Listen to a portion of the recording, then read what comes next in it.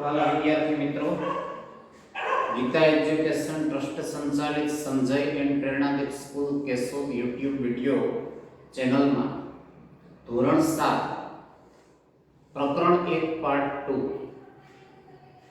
ગણિત વિષયના વિડિયો લેક્ચરને આજે આપણે અપલોડ કરવા જઈ રહ્યા છીએ। તો વિદ્યાર્થી મિત્રો, આપણે પાર્ટ 1 માં આગળ 1.1 સુધીના મુદ્દાઓની વિસ્તૃત ચર્ચાઓ પૂર્ણાંક સંખ્યાઓમાં કરી લીધી।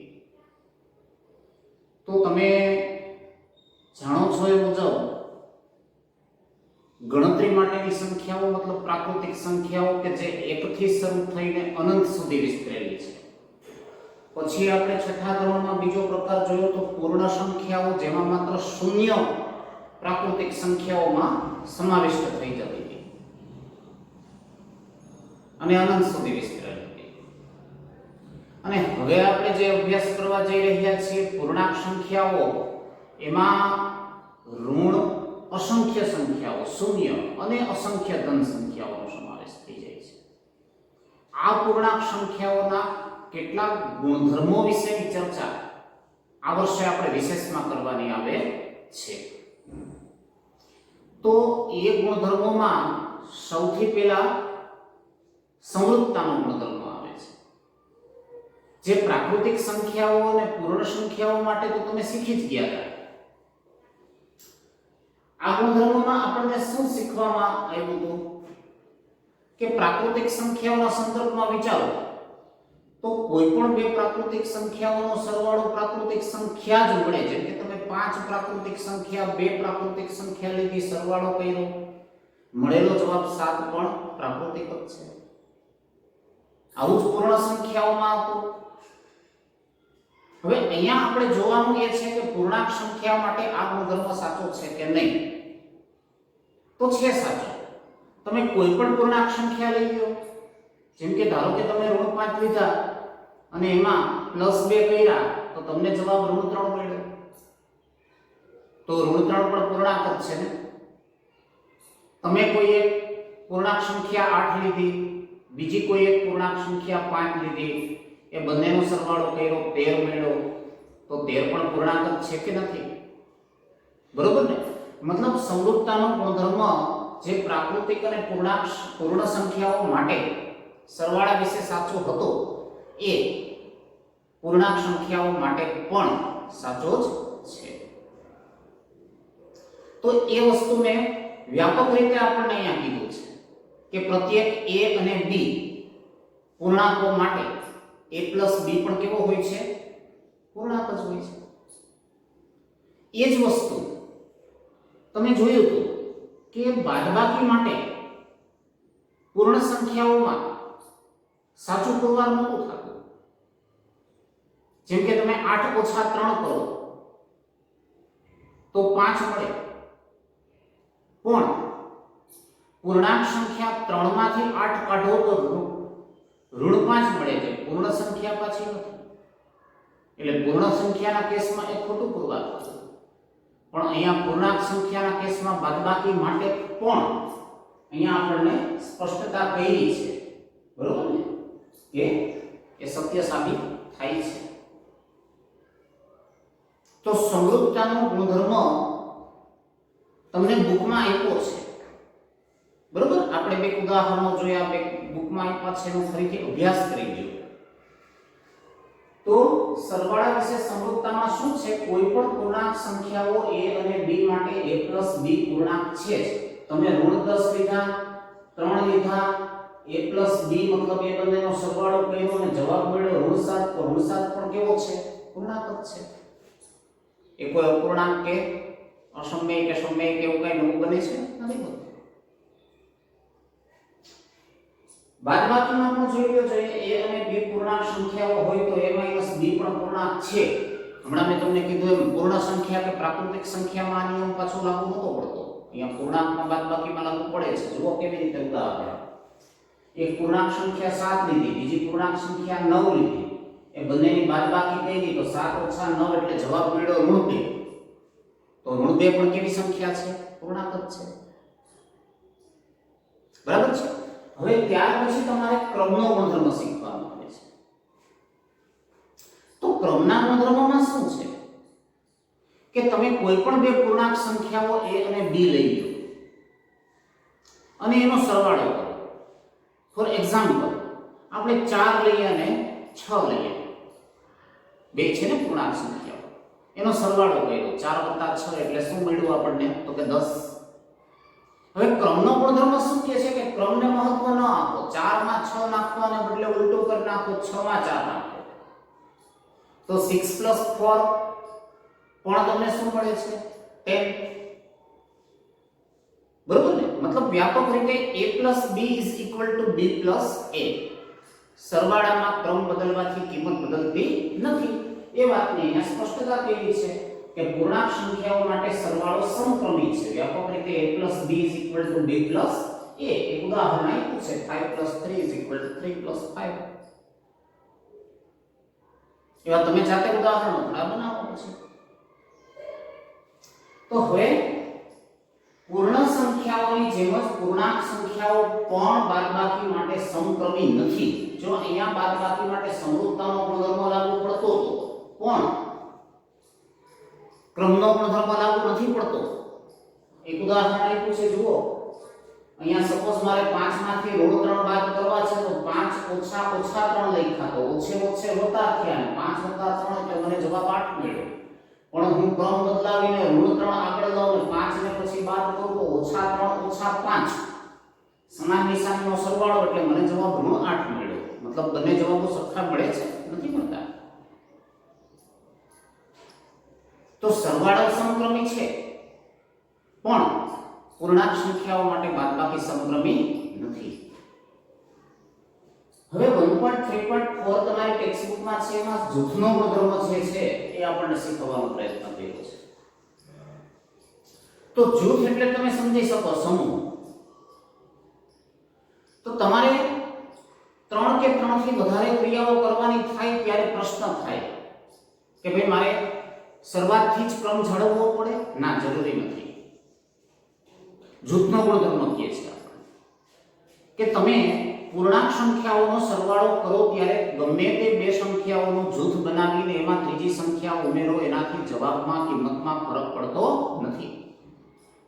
દાખલા તરીકે મારે 2 + 3 + 4 કરવા છે, તો હું પેલા 2 + 3 કરી લઉં એટલે મને 5 મળ્યા, અને 5 માં હું 4 નાખું એટલે મને 9 મળ્યા. એને બદલે મેં 2 ને પેલા એમના એમ રહેવા દીધા હોત ને પાછળના 3 અને 4 નો જૂથ બનાવીને એનો સરવાળો કર્યો હોત, તો 3 ને 4 કેટલા થાત? 7. ને એમાં હું 2 ઉમેરે તોય મને શું મળત? 9 જ મળત. મતલબ સરવાળામાં જૂથ બદલવાથી જવાબ બદલતો નથી. બરોબર ને? તો એ વસ્તુને વ્યાપક રીતે કીધી છે કે અહીંયા સપોઝ a + b + c નો સરવાળો હતો, તો હું a અને b નું જૂથ બનાવીને c ઉમેરું, કે પછી પાછળના b અને c નું જૂથ બનાવીને એમાં a ઉમેરું, એનાથી એની કિંમતમાં કે એના જવાબમાં કોઈ ફરક પડતો હોતો નથી. બરોબર ને? આ થશે આપણો જૂથનો ગુણધર્મ. સરવાળા વિશે શક્ય છે. અહીંયા ઉદાહરણ આપ્યું છે તમને. 4 + 5 નું જૂથ બનાવીને એમાં 6 ઉમેરો તો 5 ને 4 9 ને 6 15. એને બદલે પાછળની સંખ્યાઓ 6 અને 5 નું જૂથ 11 કર્યું ને એમાં 4 ઉમેરો તો એ જવાબ શું મળે છે? 15 જ મળે છે. બરાબર છે? તો એ રીતે એ નિયમને તમે યાદ રાખી શકો. પછી તમને કીધો છે સરવાળાનો તટસ્થતાનો ગુણધર્મ. તો એ તો આપણે આગળ ચર્ચા કરી ગઈ છે. બરોબર ને? કોઈ પણ સંખ્યામાં શૂન્ય ઉમેરો તો એની એ જ સંખ્યા તમને જવાબ સ્વરૂપે મળતી હતી. પ્રાકૃતિક સંખ્યા માટે પણ સાચો હતો, પૂર્ણ સંખ્યા માટે પણ સાચો હતો, અને પૂર્ણાંક સંખ્યા માટે પણ આ ગુણધર્મ કેવો છે? સાચો છે. તમે 8 + 0 કરો તો જવાબ 8 જ મળે, અને તમે -8 + 0 કરો તો જવાબ -8 જ મળે. મતલબ શૂન્ય છે એ જવાબમાં કોઈ ફરક પાડતો નથી. બરોબર ને? સરવાળાની ક્રિયા કરો તમે ત્યારે પરિણામ ઉપર કોઈ અસર કરતો નથી. અસર નથી કરતો એટલે એ બાબતે કેવો છે? તટસ્થ છે. બરાબર ને? તટસ્થતાનો ગુણધર્મ આ રીતે તમે યાદ રાખી શકો છો. તો -8 + 0 એટલે જેમ મેં અહીંયા -8 લીધું, તમે તો સંખ્યાબંધ ઉદાહરણો લખી શકો. બરોબર ને? તમે એની સાથે શૂન્ય ઉમેર્યા કરો, જવાબમાં કઈ ફરક પડવાનો છે? નથી પડવાનો. તો એ રીતે તમે આ દાખલાઓ જે છે એને ઉદાહરણો દ્વારા સમજો અને થોડા તમારી રીતે જાતે ઉદાહરણો પણ બનાવવાનો પ્રયત્ન કરો. પેલું ઉદાહરણ આપ્યું છે આ મુદ્દાઓની સમજૂતી પછી, અને પછી સ્વાધ્યાયના દાખલા આપ્યા છે. તો પેલા ઉદાહરણમાં જોવો જોઈએ પૂર્ણાંક સંખ્યાઓની જોડી લખો જેનો સરવાળો ઋણ 3 હોય. જો બરોબર ધ્યાન રાખજો, અહીંયા કોઈ એક ફિક્સ જવાબ હું લખું એ જ આવે એવું જરૂરી નથી. તમે તમારી રીતે સંખ્યાબંધ જવાબો આવા પ્રશ્નના આપી શકશો, પણ શરત જે છે એનું પાલન થવું જોઈએ.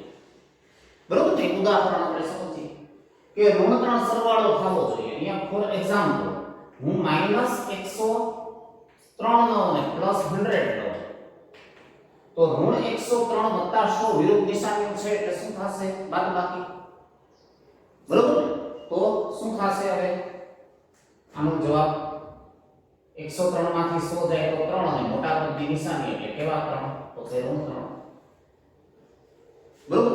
એ -8 + 5 તમે કહી આવો તોય તમને આ જવાબ મળવાનો હતો. -15 + 12 કહી આવો તોય તમને આ જવાબ મળવાનો હતો. સરવાળો ઋણ 3 મળે એવા ઉદાહરણ આપવાના. તો ઘણા બધા આપી શકો એમ છો ને.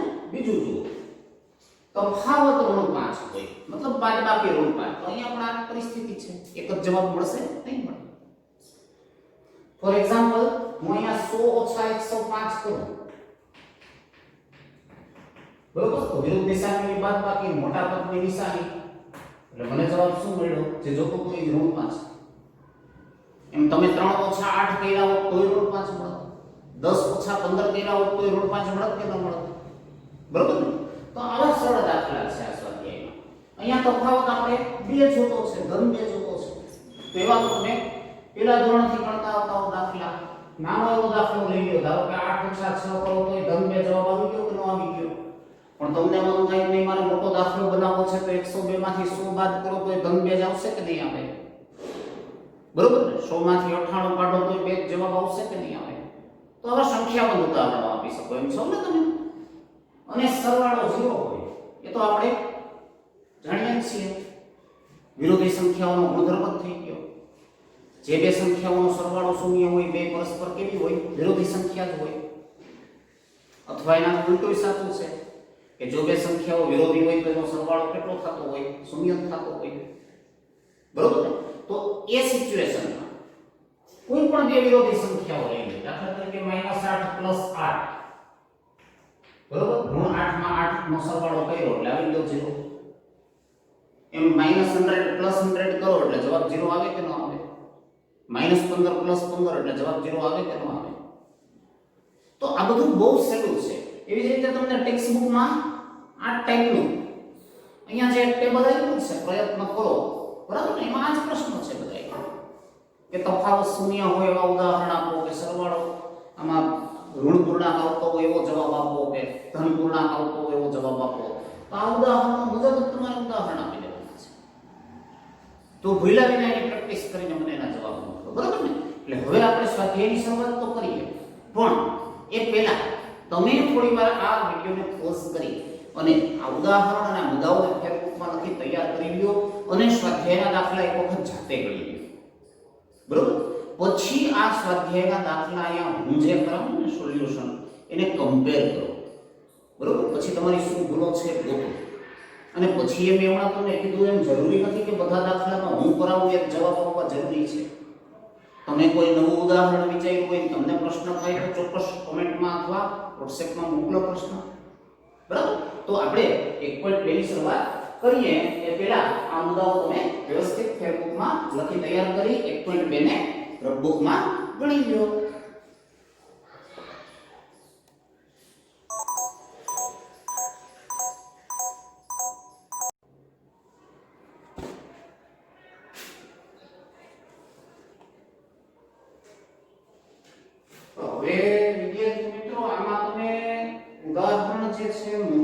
સમજી લીધા હોય તો સ્વાધ્યાય 1.2 માં ખાસ કઈ નવું નથી. મેં હમણાં તમને કીધું તો થોડીવાર માટે આ વિડિયોને પોઝ કરીને પહેલા એ દાખલા જાતે ગણીને પછી અહીંયા હું સોલ્યુશન કરાવવાની સાથે તમારા જવાબોને કમ્પેર કરશો તો ફાયદો થશે. જોઈને ઉતારા ન કરો. અને હમણાં મેં કીધું એમ શક્યતાઓ પણ મળી શકે એક કરતા વધારે જવાબોની. અને તમને કઈ ડાઉટ પેરી હોય તો પૂછો. તો આવો આપણે 1.2 નું સોલ્યુશન કરી લઈએ. તો જુઓ, હમણાં આપણે ઉદાહરણ શીખાય જ છે બધું. સરવાળો ઋણ 7 હોય એવી પૂર્ણાંક સંખ્યાઓની જોડી લખો. તો હમણાં મેં કીધું તો આમાં એક જ જવાબ નહીં મળે, ઘણા મળી શકશે કે જેનો જવાબ જે છે એ સરવાળાનો કેટલો મળવો જોઈએ આપણને, તો કે ઋણ 7. હું અહીંયા એકાદ બે ઉદાહરણ આપું છું, પણ તમે તમારી રીતે થોડા વધારે ઉદાહરણો બનાવવાનો પ્રયત્ન ચોક્કસ કરો. બરાબર ને? તો આપણે દાખલા તરીકે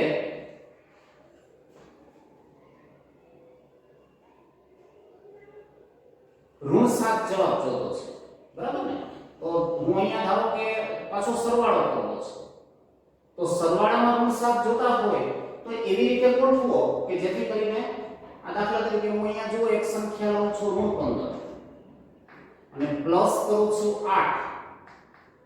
તો અહીંયા બેની નિશાની વિરુદ્ધ છે, સમાન તો સરવાળો વિરુદ્ધ છે, એટલે જવાબ આપણે મેળવવા માટે બાદબાકી કરીએ તો 15 માંથી 8 જાય તો 7 અને મોટા પદની નિશાની એટલે ઋણ 7. પણ મેં કીધું એમ તમે આ જવાબ લખવો એવું જરૂર નથી. તમે કદાચ લખ્યું હોય કે -107 અને +100 ચાલે કે ન ચાલે, તો કે ચાલે, કારણ કે એનો સરવાળાનો જવાબ તો ઋણ 7 જ થયો કે ન થયો. બરોબર ને? -22 લ્યો છો અને +15 લ્યો છો તો એ જવાબ તો ઋણ 7 જ થયો કે ન થયો. આવા સંખ્યાબંધ જવાબો મળી શકશે. તો બે ત્રણ લખવાનો પ્રયત્ન કરજો. હવે બીજામાં તફાવત ઋણ 10 જોઈએ છે. તો એ પણ આ હમણાં આપણે વાત થઈ એવી જ થઈ વાત. હું કોઈ એક સંખ્યા 1 લઈ લઉં છું અને -11 કરું છું, તો 1 માંથી 11 જાય એટલે મને જવાબ શું મળે, તો કે ઋણ 10. બરોબર ને? પછી તમે કહો મારે 2 ઓછા 12 લેવા છે તો લઈ શકો છો. તમે કહો મારે 100 ઓછા 110 લેવા છે તો એનો જવાબ સાચો આવશે, ઋણ 10 જ. મહત્વનું તફાવત ઋણ 10 લેવો છે. બરોબર ને? તો આવા ઘણા જવાબો મળી શકે છે. ત્રીજું જુઓ, સરવાળો શૂન્ય હોય. એ તો આપણે હમણાં ઉદાહરણમાં જોયું હતું કે પરસ્પર વિરોધી સંખ્યા હોય તો સરવાળો શૂન્ય હોય. બરાબર ને? તો હું 5 લઉં ને ઋણ 5 લઉં તો એનો સરવાળો 0 થવાનો જ છે. -5 + 5 = 0. પછી તમે -12 + 12 = 0 લખો કે -100 + 100 = 0 લખો, બધું ચાલશે. હવે બીજા દાખલામાં જુઓ જોઈએ, જેનો તફાવત 8 હોય તેવા ઋણ પૂર્ણાંકોની જોડી લખો. આ વખતે તફાવત આપણે 8 જોતો છે. તો તફાવત 8 જોતો હોય એવા ઋણ પૂર્ણાંકોની જોડી જોતી હોય તો શું કરશું હવે આપણે? બરોબર ને? જવાબ તમારે ધન જોતો છે. તો હું એક ઉદાહરણ તમને આપું છું, પછી તમે તમારી રીતે પણ પ્રયત્ન કરો. અહીંયા ધારો કે હું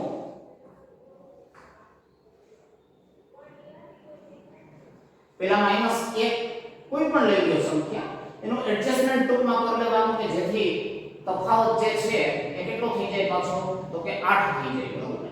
હવે ધારો કે હું -1 લઉં છું અને બાજુમાં શું કરું છું, તો કે -9 કરું છું. મતલબ -9 અને -1 નો મારે તફાવત જોતો છે, તો ઓછે ઓછે વત્તા અને 9 માંથી 1 કાઢીએ તો શું વધે, તો કે 8. બરોબર? પછી આ મેં ઉદાહરણ લીધું છે. તમે અહીંયા -2 ને -10 લીધા હોત તો જવાબ તો આવતો હતો. તો છે ને સર, હવે એવી રીતે જેનો સરવાળો ઋણ 5 હોય, બરોબર, તેવા ઋણ પૂર્ણાંક અને ધન પૂર્ણાંક લખવા છે. પછી ક્રમનો ગુણધર્મ છે જ, એમાં ચિંતા ન કરતા. બરોબર ને? ઉલટ સુલટ થઈ જાય, ઋણ આગળ ને ધન પાછળ કે ધન આગળ ને ઋણ આગળ, એનાથી કઈ ફરક ન પડે. હમણાં જ આપણે શીખ્યા ને ક્રમનો ગુણધર્મ. મહત્વની વસ્તુ આ શરત તમને પૂછી છે જળવાવી જોઈએ, સરવાળો ઋણ 5 થવો જોઈએ. તો આપણે ઉદાહરણ એકાદું લઈએ. ઋણ 5 જોતો છે એ યાદ રાખવાનું તમારે. બરોબર ને? અહીંયા દાખલા તરીકે હું 10 માં ઋણ 15 ઉમેરું છું. ધન પૂર્ણાંક જોતો તો આપણે 10 ધન પૂર્ણાંક લીધો ને ઋણ પૂર્ણાંક ને 15 લીધો. ઈ બેનો હું સરવાળો કરું તો મને કેટલો મળે? વધે છે ઓછા 10 ઓછા 15 કરીએ એટલે જવાબ શું મળે આપણને? તો કે ઋણ 5. બરોબર. પણ હમણાં આપણે ચર્ચા થઈ એમાં એક જ કોઈ ફિક્સ જવાબ છે નહીં. ઘણા બધા ઉદાહરણો સાથે બનાવો. એક મેં લીધું છે વાત તમે તમારી રીતે ગોઠવો થોડા. એટલે ગણિત છે ને એ ગમત જેવું હોય છે, બનવાનું છે, મજા આવશે. હવે અહીંયા જુઓ, તફાવત ઋણ 3 હોય એવા ઋણ પૂર્ણાંક અને ધન પૂર્ણાંક લખો. એ પણ આવું થયું ને મેળવેલું છે. આપણે એક ઉદાહરણ લખીએ. દાખલા તરીકે મારે -2 છે એમાંથી 1 બાદ કરવા છે. તો હવે જુઓ, હું જોવા જાઉં તો સમાન નિશાની છે એટલે સરવાળો 2 ને 3 ને મોટા પદની નિશાની એટલે જવાબ ઋણ 3 આવ્યો કે ન આવ્યો? ને ઓમ જોવા જાવ તો આ ઋણ સંખ્યા અને આ ધન સંખ્યા 1 ને એની બાદબાકી ગઈ. બરોબર. મતલબ સરળતાથી સંતોષાય છે ઋણ પૂર્ણાંક અને ધન પૂર્ણાંક લઈ ગયા. તો હવે બીજા ઉદાહરણો પણ વિચારો. આગળ જોઈએ. ક્વિઝના 3 ક્રમિક રાઉન્ડ પછી ટીમ A ના ગુણ -40 10 0. ક્વિઝ આપણે ઇંગ્લિશમાં હતી અને પેલી કરોડપતિ સિરિયલ ને જુઓ છો ને બધી, બરોબર. એમાં પ્રશ્નોત્તરી જે છે એ થતી હોય ને એના આધારે પોઈન્ટ અપાતા હોય. સાચા પ્રશ્નના પ્લસ હોય તો સામે ખોટાના માઈનસ હોય, બરોબર ને. એ રીતે એ ટીમ છે ને પહેલા રાઉન્ડમાં -40 પછી 10 પછી 0, બરોબર. એ રીતે 3 ક્રમિક રાઉન્ડના ગુણ થયા. હવે ટીમ B છે એને એ જ રીતે 3 ક્રમિકમાં પહેલામાં 10 પછી 0 થયો અને છેલ્લામાં 39 થયા. તો કઈ ટીમના ગુણ વધુ છે? તો એ તો તમે પેલા બીજા ધોરણથી કરો છો, બરોબર ને. સરવાળો કરીને નક્કી કરવું પડશે કોના ગુણ વધુ છે. તો આપણે બંનેના મેળવેલા ગુણનો સરવાળો કરી લઈએ, કારણ કે બેની 3 રાઉન્ડ જ છે. તો ટીમ A ના 3 રાઉન્ડના ગુણનો સરવાળો બરાબર -40 + 10 + 0. હમણાં આપણે જૂથનો નિયમ શીખ્યા હતા ને, એમાં આ બેનું ધારો કે જૂથ બનાવો તો -40 + 10 વિરુદ્ધ દિશાની છે એટલે બાદબાકી. 40 માંથી 10 જાય તો 30 ને મોટા પદની નિશાની એટલે ઋણ 30. મતલબ -30 + 0 એટલે શું મળ્યું આપણને? તો કે -30. હવે એવી રીતે ટીમ B ના 3 રાઉન્ડના ગુણનો સરવાળો કરો તો પહેલા રાઉન્ડમાં 10 પછી 0 અને છેલ્લે -40. તો હવે આમ જોવા જાવ તો જૂથનો ગુણધર્મ અહીંયા તમને મળી જાય છે. ત્રણેય સંખ્યાઓ સરખી જ છે. તમને એમ થાય કે મારે પહેલી બેનો મત કરવું પાછળ નાનું જૂથ બનાવવું છે, બનાવી શકો. અહીંયા વધે છે ઓછા, બરોબર ને. 0 - 40 એટલે -40 ને 10 માંથી 40 કાઢો. આ રીતે જો તમે જૂથ બનાવી લો તો 10 ઓછા શું આવે? 40. 10 માંથી 40 કાઢો એટલે જવાબ તો એ જ આવે કે નહીં, કે જે ઉપર આવ્યો તો -30. તો કઈ ટીમના ગુણ વધુ છે? તો બેના જુઓ સરખા જ છે. એટલે તમારો જવાબ શું બને? કે બંને ટીમના ગુણ સરખા છે.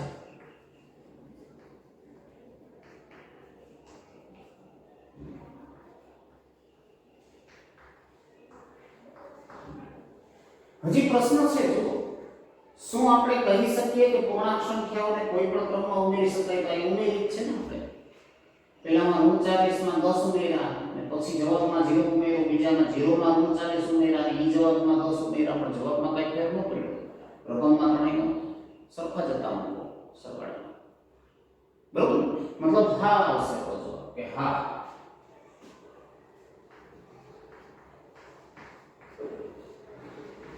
કોઈ પણ ક્રમમાં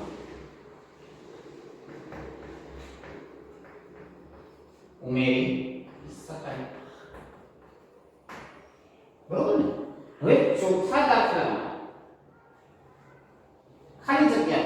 છે સાચા વિકલ્પ જવાબ મૂકીને.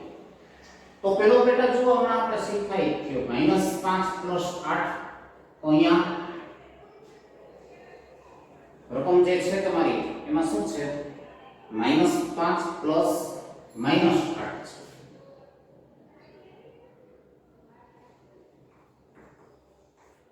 તો હવે -8 અહીંયા આગળ આવી ગયા છે. તો હમણાં આપણે ક્રમનો ગુણધર્મ શીખ્યા હતા -5 બીજા ક્રમમાં વ્યાજ હશે બરોબર ને? મતલબ ઋણ 5 માં ઋણ 8 ઉમેરો કે ઋણ 8 માં ઋણ 5 ઉમેરો જવાબમાં કઈ ફરક પડતો નથી. સરવાળામાં ક્રમનો ગુણધર્મ જોયો તો આપણે એવી રીતે -53 પ્લસ અહીંયા ડેશ છે ને -53 નો જવાબ તો એમાં તટસ્થતાના ગુણધર્મો જોયો હતો આપણે કે કોઈ પણ સંખ્યા છે એમાં શૂન્ય ઉમેરીએ તો જવાબમાં ફેર ન પડે. મતલબ એની એક સંખ્યા જવાબ આવે તો એની એક સંખ્યા જવાબ આવતી હોય તો એનો અર્થ ઉમેરેલ સંખ્યા કઈ હોવી જોઈએ તો કે શૂન્ય જ હોવી જોઈએ. હવે 17 માં શું ઉમેરવાથી શૂન્ય જવાબ થાય બરોબર? તો આ તો સહેલી વાત છે. વિરોધી સંખ્યાઓનો નિયમ શીખાતા ને આપણે. કોઈ પણ સંખ્યા છે એમાં એની વિરોધી સંખ્યા ઉમેરો એટલે પરિણામ હંમેશા શું મળે શૂન્ય જ મળે. તો 17 છે એમાં તમે -17 ઉમેરો એટલે વત્તે ઓછે ઓછા ને 17 ઓછા 17 એટલે થઈ ગયો જવાબ 0 બરોબર ને? એવો ચોથો છે જુઓ પેલા આ બેનું જૂથ હતું ને અહીંયા કઈ ઉમેરવાનું એના બદલે આ પાછળ એક બે સંખ્યાઓનું જૂથ બન્યું. આંકડા જૂથની બહાર ફેરવી ગઈ એટલે સરવાળામાં જૂથનો ગુણધર્મ છે. તો -12 + -7 છે તો અહીંયા પણ શું હોવું જોઈએ તો કે -7 જ હોય કે ન હોય તો -12 + -7 ને એમાં 13 ઉમેરો એટલે પછી 13 માં -12 ઉમેરીને -7 ઉમેરો કિંમતમાં કઈ ફરક પડતો નથી. અહીંયા પણ જો છે જૂથનો નિયમ છે કે નથી 15 + -3 હું જૂથ બનાવ્યું એ જવાબમાં -4 ઉમેરવાના હતા એને બદલે -4 અને 15 નું જૂથ બનાવ્યું. તો આ બેના જવાબમાં આ ઉમેરવાના છે કે ન રહે -3 બરોબર ને? તો બહુ સહેલા દાખલા છે. ફરીથી એક વખત વ્યવસ્થિત જોયા વિના જાતે ગણી અને પ્રયત્ન કરો પછી અહીંયા ગણાવેલા દાખલા સાથે કમ્પેર કરો પછી કઈ ડાઉટ પેરી હોય તો મને પૂછો બરાબર ને? આગળનો મુદ્દો આપણે જોઈએ પણ ખાલી નામે નામે મુદ્દાઓ નથી જોવા. તમે અવારનવાર રિવિઝન કર્યા કરો તો જ આનાથી આપણને મહત્તમ ફાયદો થશે. તો આગળના મુદ્દા તરફ આપણે વધીએ.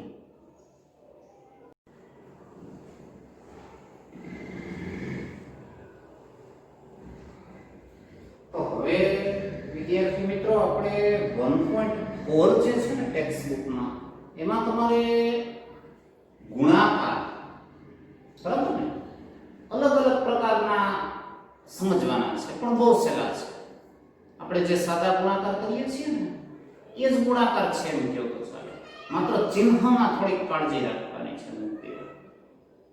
તો તમને શરૂઆતમાં થોડુંક સંખ્યા રેખાની મદદથી સમજાવ્યું છે. એકાદ ઉદાહરણ આપણે જોઈ લઈએ. તો જુઓ પેલા ઉદાહરણમાં આપણને શું કીધું છે કે 3 × -5 તમારે કરવા છે. તો તમે પુનરાવર્તિત સરવાળા તો શીખી ગયા છો. મારે -5 + -5 + -5 એમ 3 વાર કરવા હોય તો હું શું કરું 3 × -5 કરું બરોબર ને? કારણ કે એટલો બધો સરવાળો કરવા બેસાય નહીં. હજી 3 તો ઠીક છે પણ 10 હોય તો કઈ 10 વખત સરવાળા કરવા બેસાય ન બેસાય. એકને એક સંખ્યાનો વધુ વખત સરવાળો આવતો હોય એટલે જેટલી વખત આવતો હોય એટલા વડે ગુણી નાખવાનું એ પુનરાવર્તિત ગુણાકાર થયો. તો અહીંયા એક નાનકડું ઉદાહરણ આપ્યું છે જુઓ સરવાળા સ્વરૂપમાં કે -5 નો 3 વખત છે તો સરવાળા સ્વરૂપમાં તમે વિચાર્યું તો -5 એક વખત એમાં ઉમેરા બીજી વખત એમાં ઉમેરા ત્રીજી વખત એટલે જવાબ તમને શું મળ્યો તો કે -15. પણ દર વખતે સંખ્યા રેખા દોરવી પછી મોટા મોટા દાખલા હોય તો આ વ્યવહાર ઉકેલ તો ન કહેવાય ને. માત્ર સમજવા પૂરતું બરોબર છે નાનકડું ઉદાહરણ પણ વ્યવહારુ રીતે તો તમારે યાદ જ રાખી લેવાનું. કે આવી રીતે જ્યારે તમારે પુનરાવર્તિત સરવાળો આવે અને ગુણાકાર કરવાનો થાય ત્યારે જો સંખ્યા ધન સાથે ઋણ હોય તો પેલા જે પૂર્ણ સંખ્યાઓ છે એનો ગુણાકાર કરી નાખો 3 પંચા તો કે 15 અને જવાબને ઋણ ચિહ્ન આપી દો, બરોબર ને? તો એ એકદમ સિમ્પલ બાબત છે. તો જો અહીંયા આ પુનરાવર્તિત સરવાળો 3 વખત છે તો આ પ્રમાણે તમારી બુકમાંથી જ લીધા છે ઉદાહરણ.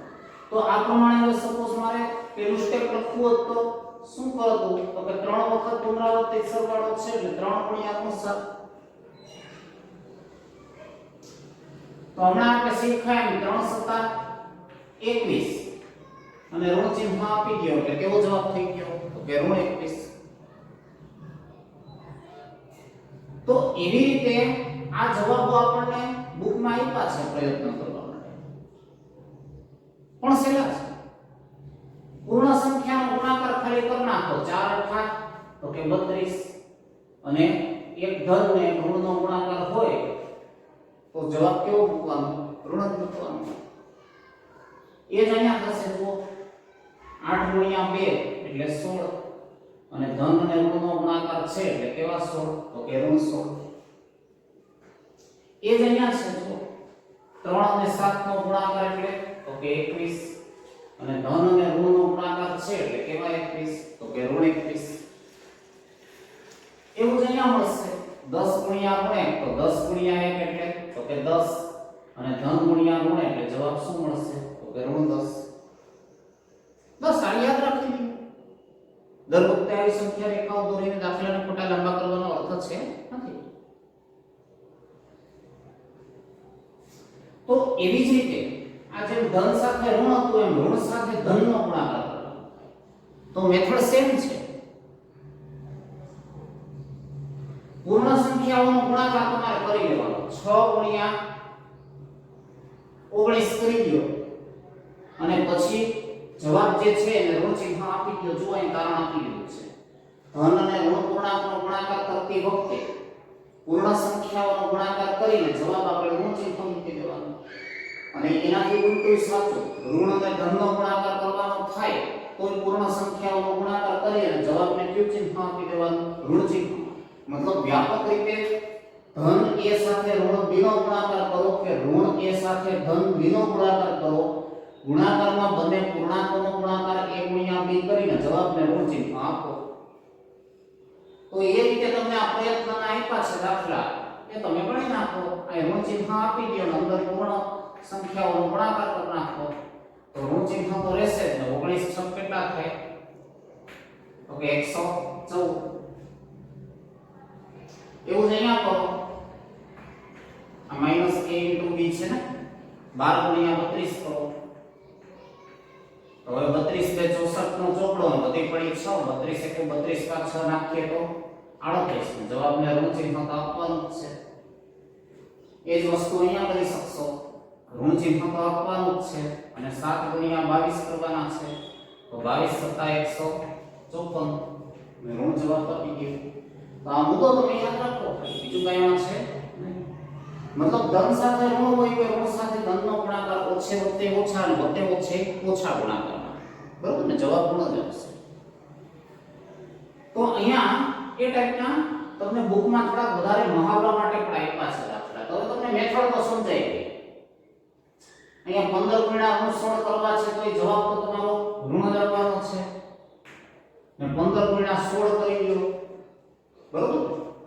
15 6 90 નું શૂન્ય વધી પડી 9 15 1 15 માં 9 નાખો એટલે કેટલા થઈ જાય?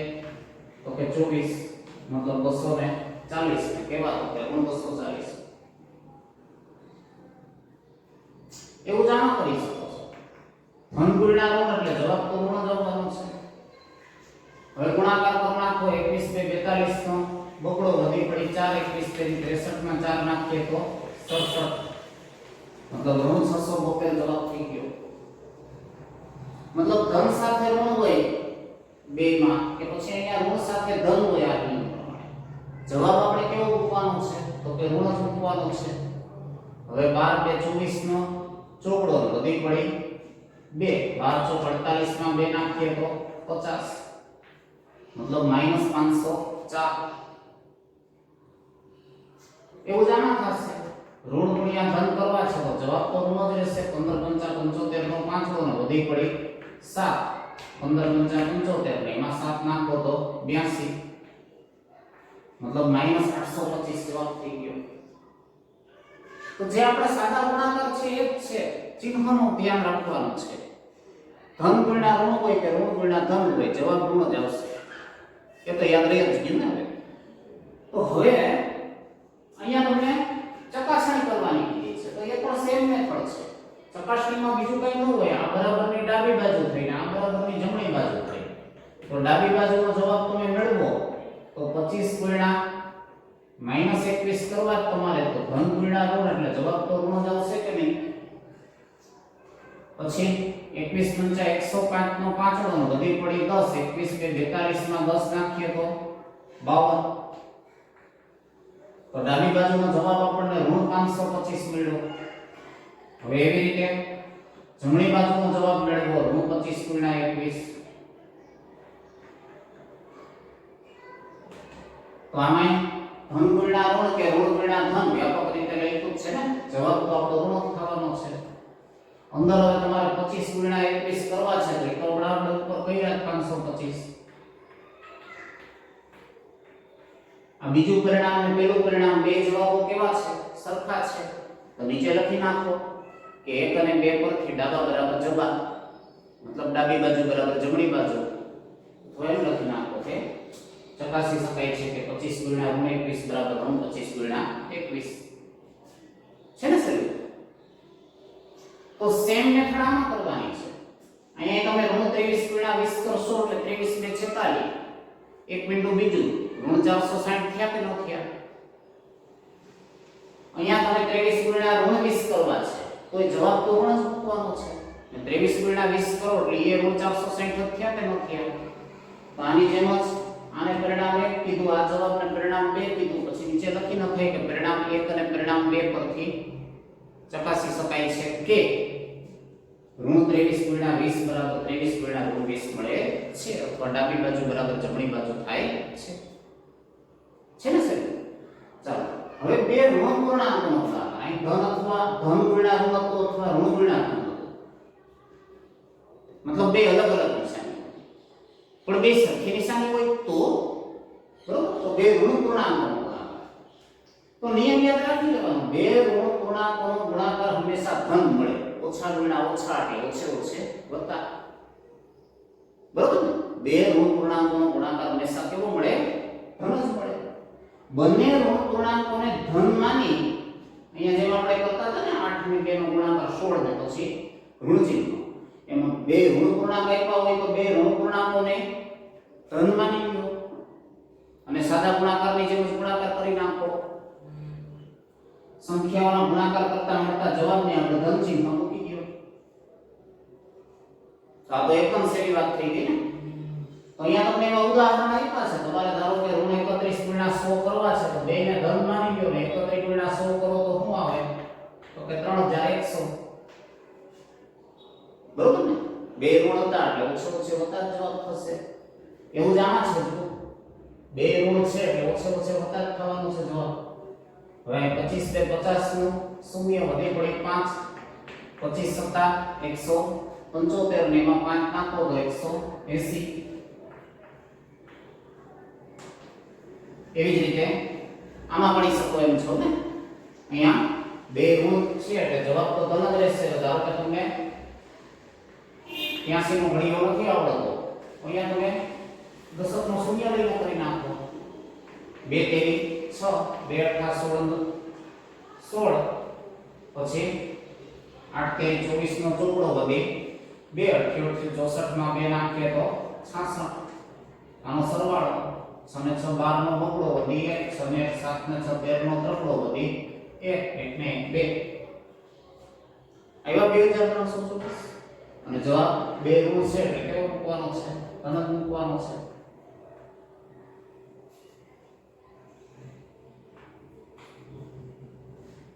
તો એના ઉપરથી વ્યાપક રીતે યાદ રાખી શકો કે ઋણ 1 ગુણ્યા ઋણ 2 હોય તો જવાબ ઓછે ઓછે વત્તા, બરોબર ને? મતલબ એ બી જે જવાબ છે એ ધન બની જાય છે. તો બે સંખ્યાઓમાં ધન સાથે ઋણ જવાબ ઋણ, ઋણ સાથે ધનનો ગુણાકાર જવાબ ઋણ, અને ઋણ સાથે ઋણનો ગુણાકાર તો જવાબ ધન. બાકી ધન સાથે ધનનો ગુણાકાર તો આપણે પેલા ધોરણથી કરીએ જ છીએ, તો ધન જ રહેવાનો છે, બરોબર ને? મતલબ બે સમાન નિશાનીઓના ગુણાકાર હોય તો જવાબ ધન, ને બે જુદી જુદી નિશાનીઓના ગુણાકાર હોય તો જવાબ ઋણ. આટલું ધ્યાન રાખવાનું. તો બે સંખ્યાઓના ગુણાકારની ચર્ચા આટલી છે, બરોબર? એના ઉદાહરણો આટલા છે. પછી ત્રણ સંખ્યાઓમાં જૂથનો નિયમ લગાડી શકશું આપણે, કે જેની ચર્ચા હમણાં આપણે કરી હતી. તો એ તો પછી તમે બે સંખ્યાનું જાણતા હો તો ત્રણ સંખ્યાઓ તમારા માટે અઘરી ન રહેવી જોઈએ ને, સરળતાથી કરી શકીએ આપણે, બરોબર? પણ આ બધા મુદ્દાઓને તમે તમારી ફેરબુકમાં નોટ ડાઉન ખાસ કરો, બરાબર? નામે ઠામે પિક્ચરની જેમ આપણે વિડિયો નથી જોવાના, વ્યવસ્થિત સાથે સાથે નોંધ કરો, સારા અક્ષરે લખતા જાઓ, તૈયાર કરતા જાઓ, નવા નવા ઉદાહરણો બનાવતા જાઓ, પ્રશ્નો થાય એ પૂછતા જાઓ તો ફાયદો થાય.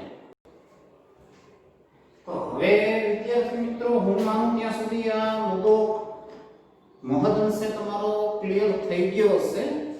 અને હમણાં આપણે ચર્ચા કરી એમ 3 કે 3 થી વધુ પૂર્ણાંકોના ગુણાકાર પહેલા એક અહીંયા તમને સરસ મજાનું જે કોષ્ટક આપ્યું છે, બરાબર ને? પ્રવૃત્તિ માટે સરસ છે.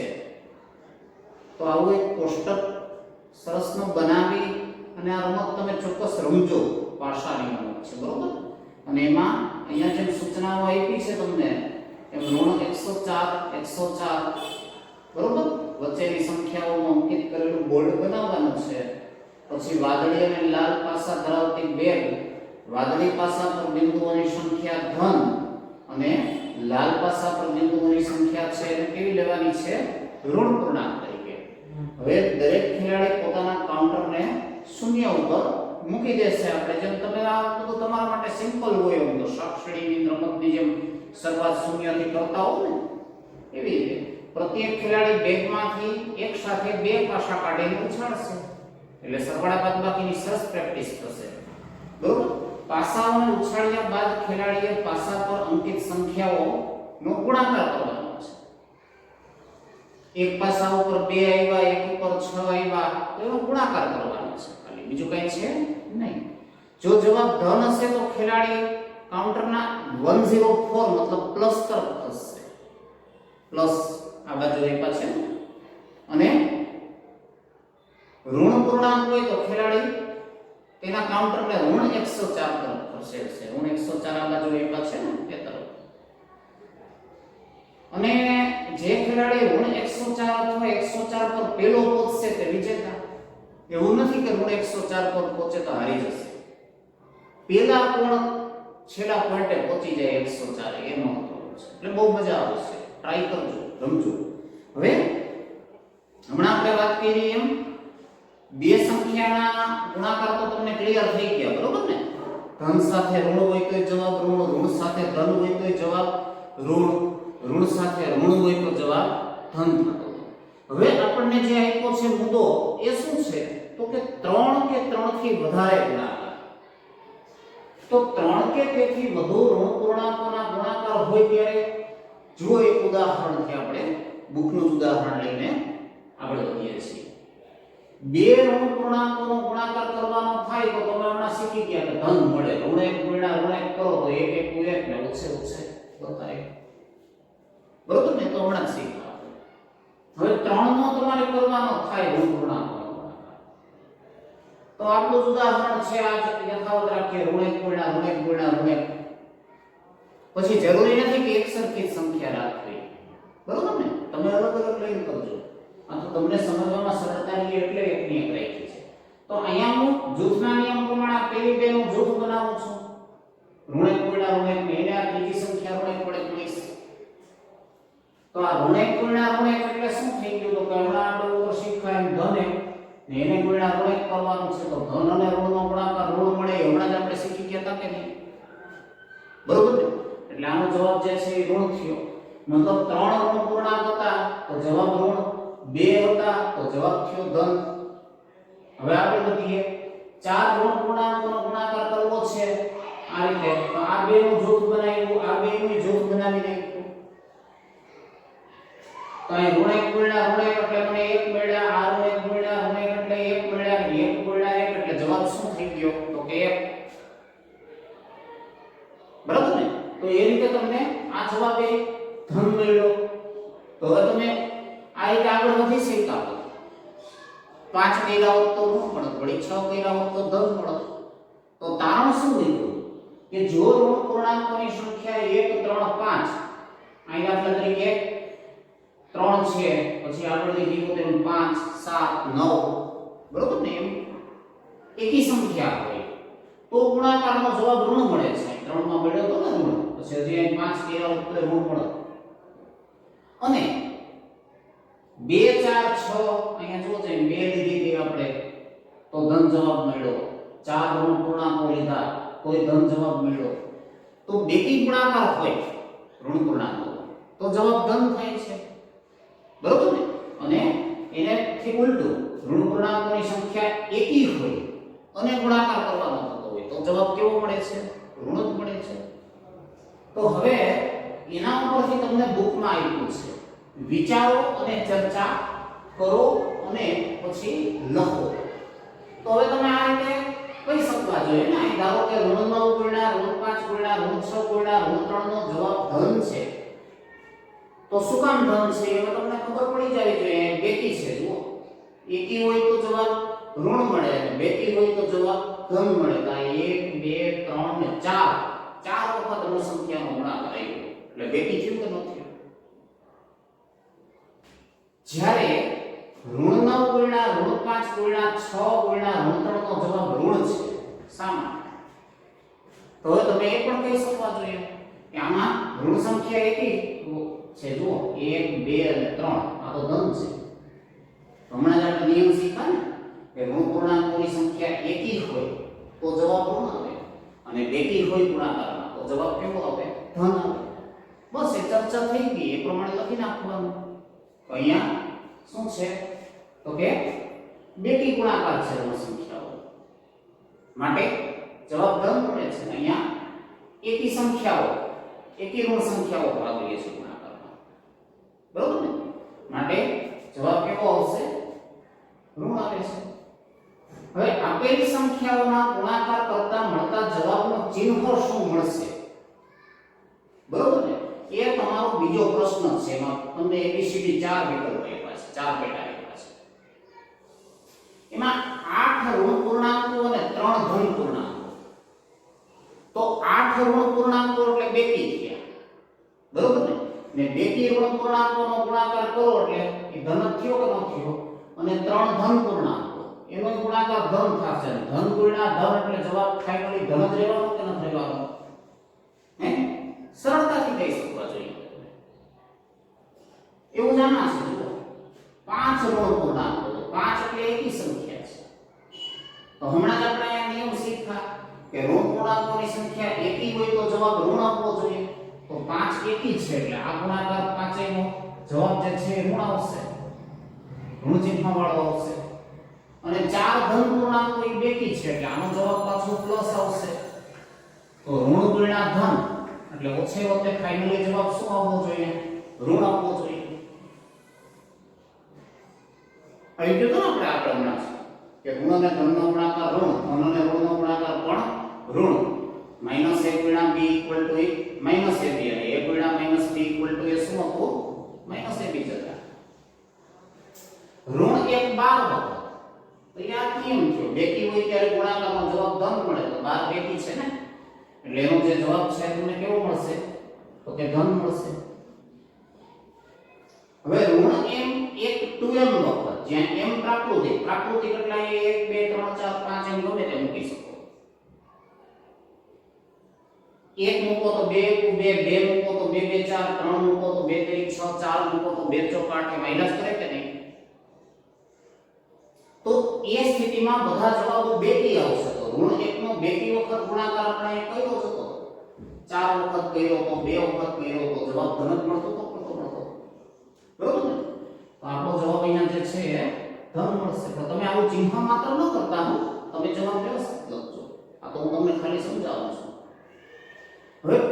સંખ્યાઓના ગુણાકાર વિશેના ગુણધર્મો, જેમ આપણે સરવાળા વિશેના ગુણધર્મો જોયા હતા ને, એવી રીતે ગુણાકાર વિશેના ગુણધર્મો છે.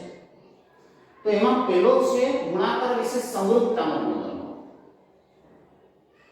તો સમરૂપતાના ગુણધર્મોમાં જે આપણે ઓના સરવાળામાં જોયું તો એ જ છે. જુઓ, બધી પૂર્ણાંક સંખ્યાઓ a અને b માટે a ગુણ્યા b પૂર્ણાંક સંખ્યા જ છે. તમે a પૂર્ણાંક લીધી, b પણ પૂર્ણાંક લીધી અને એનો ગુણાકાર કરો તો a ગુણ્યા b જે મળે છે એ પણ કેવી સંખ્યા છે? પૂર્ણાંક જ છે. બરાબર ને? તો અહીંયા ઉદાહરણ આપ્યું છે. જો ઋણ 20 ગુણ્યા ઋણ 5 કરો તો જવાબ તમને 100 મળે છે. તો 100 પણ પૂર્ણાંક જ છે કે નથી? મતલબ ઋણ 20 પૂર્ણાંક, ઋણ 5 પૂર્ણાંક, એ બંનેના ગુણાકારનો જવાબ જે 100 મળ્યો એ પણ શું છે? પૂર્ણાંક જ છે. એવી રીતે અહીંયા ઋણ 15 ગુણ્યા 7 કર્યા અને જવાબ ઋણ 105 મળ્યો. તો એ પણ એવું થયું કે ન થયું? ઋણ 15 એ પૂર્ણાંક, 7 પણ પૂર્ણાંક અને એ બંનેના ગુણાકારના અંતે જે જવાબ મળ્યો ઋણ 105 એ પણ કેવો છે? તો કે પૂર્ણાંક જ છે. હવે ગુણાકાર માટે ક્રમનો ગુણધર્મ, આપણે સરવાળા માટે ક્રમના ગુણધર્મની ચર્ચા તો કરી જ હતી ને, a + b = b + a વ્યાપક રીતે. તો એ સેમ વસ્તુ ગુણાકારમાં છે. બરોબર ને? પૂર્ણાંકો a અને b લીધો હોય તો a ગુણ્યા b બરાબર શું લખી શકશો? b ગુણ્યા a. કારણ કે ક્રમનો ગુણધર્મ એમાં લાગુ પડે છે. તો જો ઉદાહરણ આપ્યું છે 3 ગુણ્યા ઋણ 4 તમે કરો તો આપણે હમણાં શીખી ગયા ધન અને ઋણનો ગુણાકાર ઋણ પડે એટલે 3 ચોક 12, પણ કેવા 12? તો કે ઋણ 12. હવે ક્રમ બદલાવી નાખો, ઋણ 4 પહેલા અને 3 પછી, તો ઋણ 4 ગુણ્યા 3 કરો. પડે છે જવાબમાં કઈ ફરક નથી પડતો. 4 તેરી 12, બરોબર ને? ઋણ ગુણ્યા ધન એટલે જવાબ ઋણ છે. તો બંને કિસ્સામાં જવાબ ઋણ 12 જ મળ્યો, મતલબ જવાબ સરખો જ મળ્યો. મતલબ ગુણાકારમાં ક્રમ બદલવાથી કિંમતમાં કઈ ફરક પડતો નથી. એ જ બીજું ઉદાહરણ છે. ઋણ 1 ગુણ્યા ઋણ 15 બે પૂર્ણાંક સંખ્યાઓ લીધી તમે, તો ઋણ ગુણ્યા ઋણ એટલે જવાબ તમારો ધન બને છે 15. હવે ક્રમ તમે બદલાવી નાખો, ઋણ 15 ગુણ્યા ઋણ 1 કર્યા, તો એ સ્થિતિમાં પણ જોવું જોઈએ જવાબ જે છે એ ધન 15 જ બને કે ન બને? બરોબર ને? તો આ રીતે તમે તારણ કાઢી શક્યા કે ક્રમ જે છે એ પૂર્ણાંક સંખ્યાઓના કિસ્સામાં ગુણાકારમાં બદલવાથી કિંમતમાં કઈ ફરક પડતો નથી. છે ને સાહેબ? તો આ પ્રમાણે તમારે આ જે મુદ્દા છે એ વ્યવસ્થિત પાછા ફેરબુકમાં લખીને આવા વિશેષ ઉદાહરણો જાતે બનાવતા રહેવા પડશે. બરાબર? તો હવે પછીનો મુદ્દો જે છે જેમાં આપણે આગળ સરવાળામાં તટસ્થ સંખ્યાની મેં ચર્ચા કરી હતી ને, એ જ રીતે ગુણાકારમાં ચર્ચા કરવાની છે. એ ચર્ચા કરીએ આપણે, પણ આ મુદ્દાઓ જે છે એ તમે થોડું પોઝ કરી અને શું કરતા જાઓ? ફેરબુકમાં સારા અક્ષરે લખી તૈયાર કરી સમજતા જાઓ, તો જ આગળનું સમજવામાં આપણને સરળતા રહેશે.